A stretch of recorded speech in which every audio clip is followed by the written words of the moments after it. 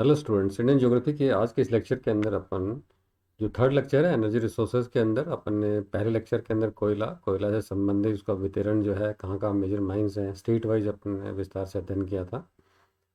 और दूसरा एनर्जी का स्रोत था पिछले लेक्चर में अपने पेट्रोल के बारे में, पेट्रोल का फॉर्मेशन किस प्रकार से है, कौन कौन से स्टेट्स में कब कब जो है वो पेट्रोल का की शो को खोजा गया और उसके लिए क्या कार्य चल रहा है। इस लेक्चर के अंदर अपन जो है वो पेट्रोल रिफाइनरीज के बारे में, भारत में जो जितनी भी रिफाइनरीज हैं उनके बारे में, किस किस स्टेट के अंदर है, कब उनका स्थापना हुई और किन के सहयोग से, कुछ हमारे इंटरनेशनल कोलैबोरेशंस हैं उनकी सहायता से इन रिफाइनरीज का निर्माण किया गया और भारत में एक महत्वपूर्ण भूमिका निभा रही हैं ये।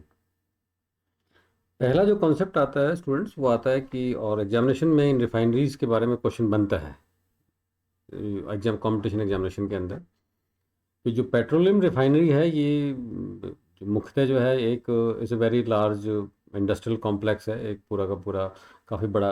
उदाहरण के लिए हमारे बाड़मेर के अंदर एक बहुत बड़े क्षेत्र के अंदर ये मथुरा रिफाइनरी है और इसके अंदर जो है वो प्रोसेसिंग यूनिट लगती हैं, इंस्टॉलेशन का प्रोसेस होता है, स्टोरेज वहीं होता है और जो कच्चा तेल है उसको रिफाइन करके विभिन्न उसके जो बाय प्रोडक्ट्स हैं उनको प्राप्त कर दिया जाता है। ये सारा का सारा जो पार्ट जो है वो मुख्यतः जो है आर्थिक क्रियाओं के अंतर्गत आता है। ये एक एक ही जगह पर सारी क्रियाएं संपन्न होती हैं और फिर इन जो प्राप्त अलग अलग प्रोडक्ट्स हैं उनको विभिन्न स्थानों पर भेजा जाता है। एन ऑयल रिफाइनरी, जैसे अपन ने कहा था कि एन ऑयल रिफाइनरी और petroleum refining as an industrial manufacturing facility where crude oil oil जो होता है जो converted into the valuable goods जो है, कच्चा तेल है, पेट्रोलियम है, नेफ्था है, गैसोलीन है, जेट फ्यूल है, आदि आदि, केरोसिन है, पेट्रोलियम है, लिक्विफाइड गैस है, इनके और इनको या तो पाइपलाइन के द्वारा या अपन देखते हैं कि ट्रांसपोर्ट, रोड ट्रांसपोर्ट के द्वारा एक स्थान से दूसरे स्थान पर पहुंचाया जाता है। तो ये बेसिकली ऑयल रिफाइनिंग है। और जैसे अपन ने कहा कि जो तेल, जो रिफाइनरीज का जो प्रोसेस है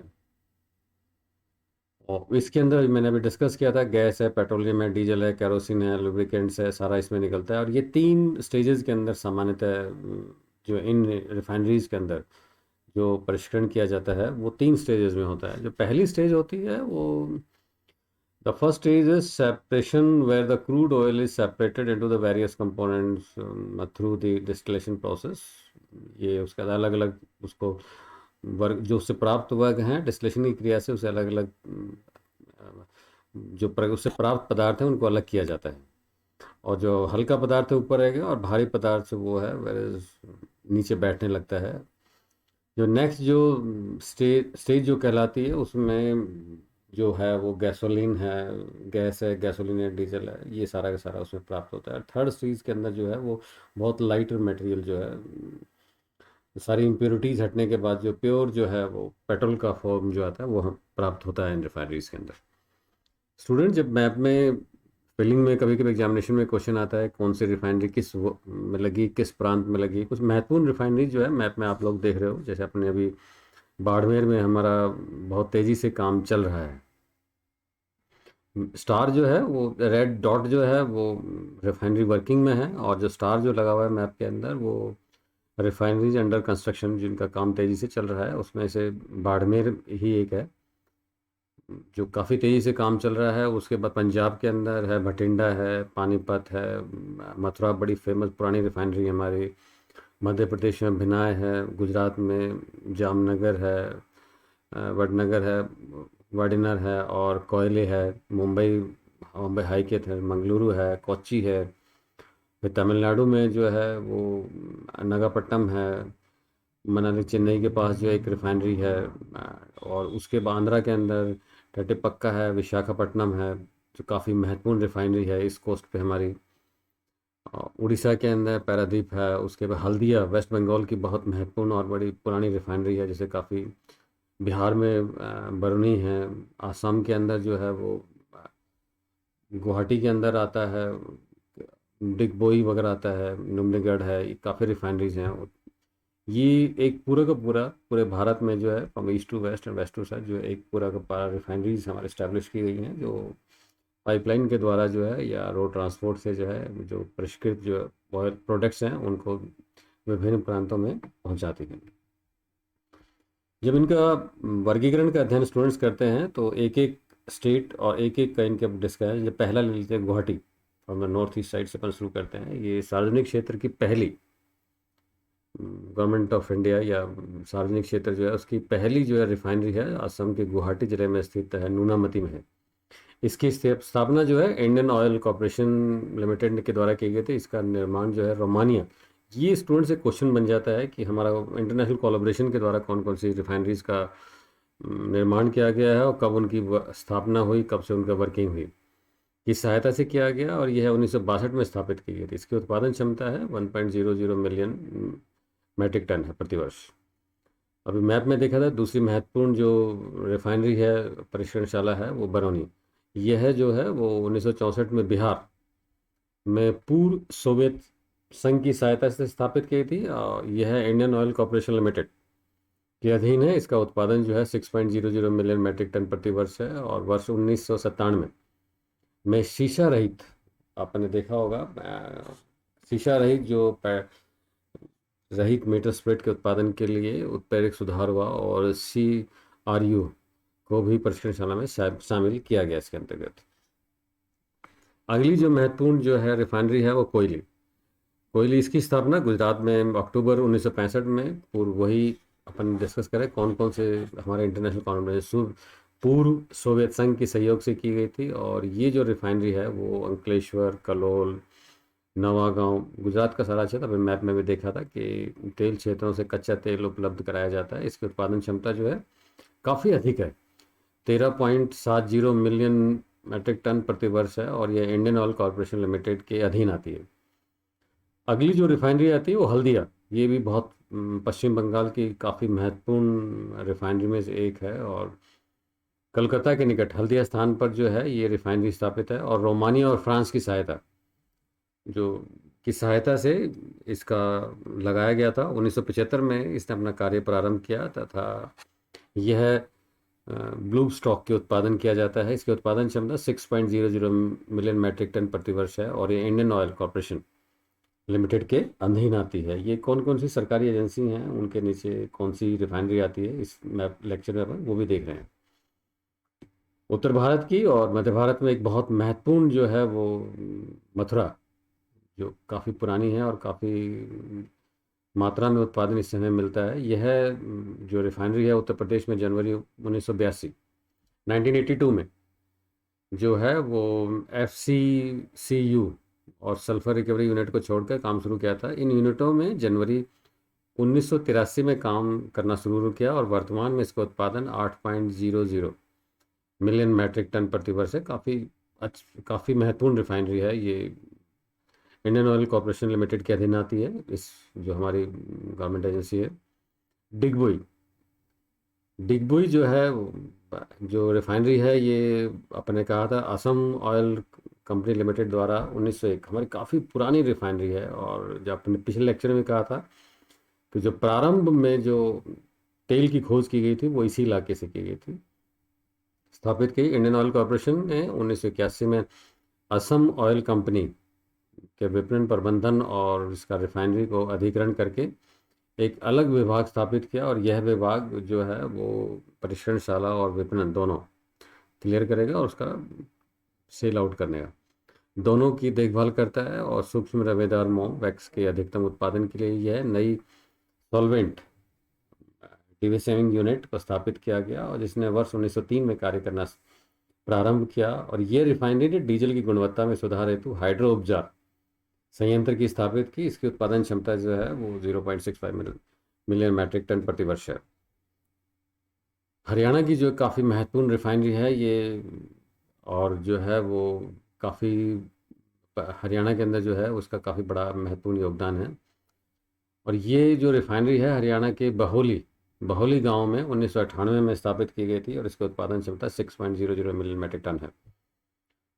जो हमारा पश्चिमी जो तट है ये जो बम्बई हाईवे जो है या बॉम्बे रिफाइनरी है, ये 1954 के अंदर न्यूयॉर्क की एसो कंपनी के अधिकार से और मार्च 1974 74 में भारत सरकार ने इसे अपने अधिकार में ले लिया और यह हिंदुस्तान पेट्रोलियम के अधीन अभी जो है HPL या पेट्रोलियम भी देखते हैं कि अधीन कार्य कर रही है अभी।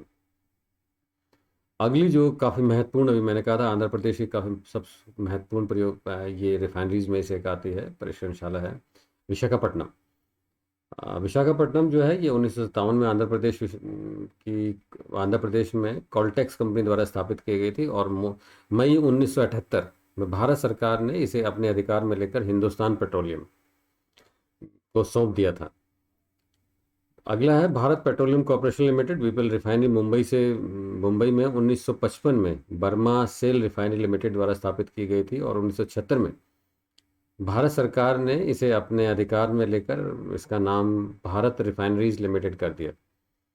और अगस्त 1977 में कंपनी की स्थापना का स्थायी नाम जो है भारत पेट्रोलियम कॉर्पोरेशन लिमिटेड किया गया और इसकी वर्तमान जो रिफाइनिंग कैपेसिटी है, शोधन क्षमता है, वो काफ़ी अधिक है। 12.00 जो है मिलियन मैट्रिक टन जो है प्रतिवर्ष मिलती है। अगली जो महत्वपूर्ण है चेन्नई जो है वो पेट्रोलियम निगम लिमिटेड CPCL तमिलनाडु में मानली के वो नहीं मन के स्थित पूर्व में मद्रास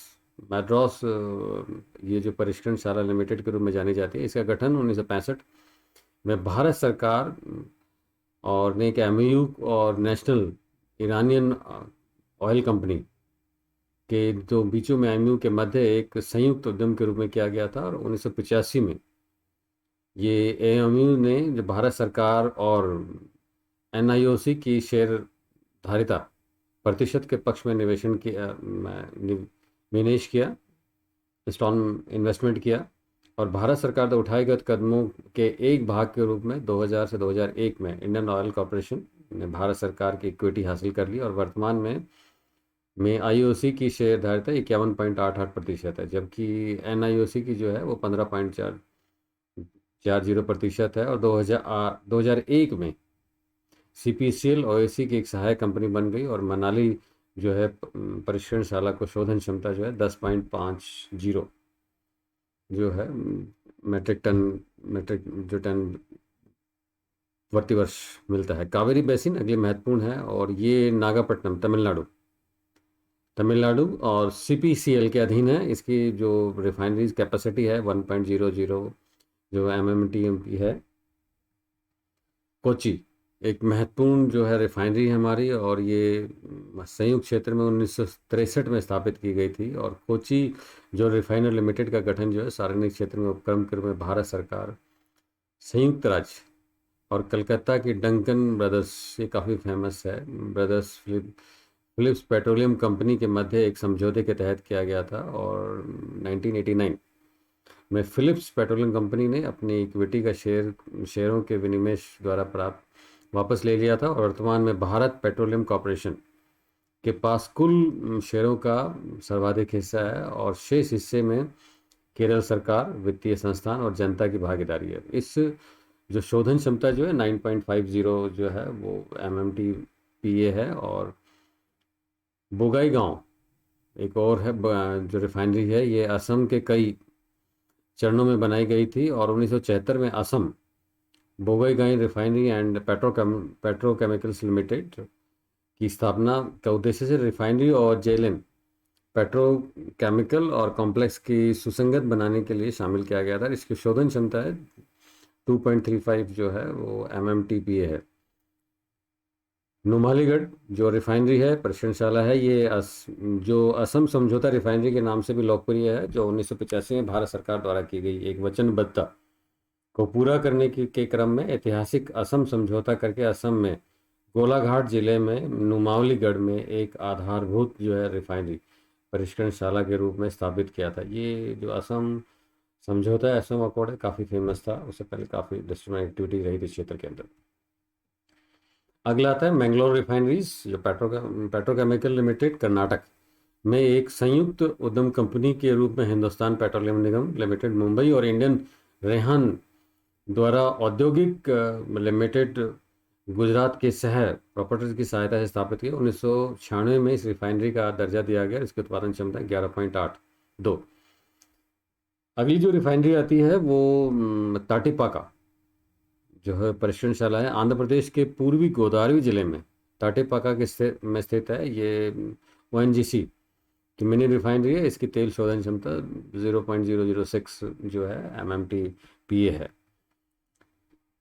लास्ट में जो आती है वो रिलायंस का जो है प्राइवेट सेक्टर के अंदर जो है, रिलायंस एक कंपनी एकमात्र निजी क्षेत्र की रिफाइनरी है जिसे इसे जुलाई 1999 में गुजरात और मोती खेवड़ी लालपुर तालुका जामनगर जिले में 27 काफ़ी बड़ा प्रोडक्शन है एमएमटीपीए तेल शोधन क्षमता के अधिकार दिए गए, और वास्तव में ये एक एकीकृत जटिल रिफाइनरी पेट्रो रसायन है। Thank you.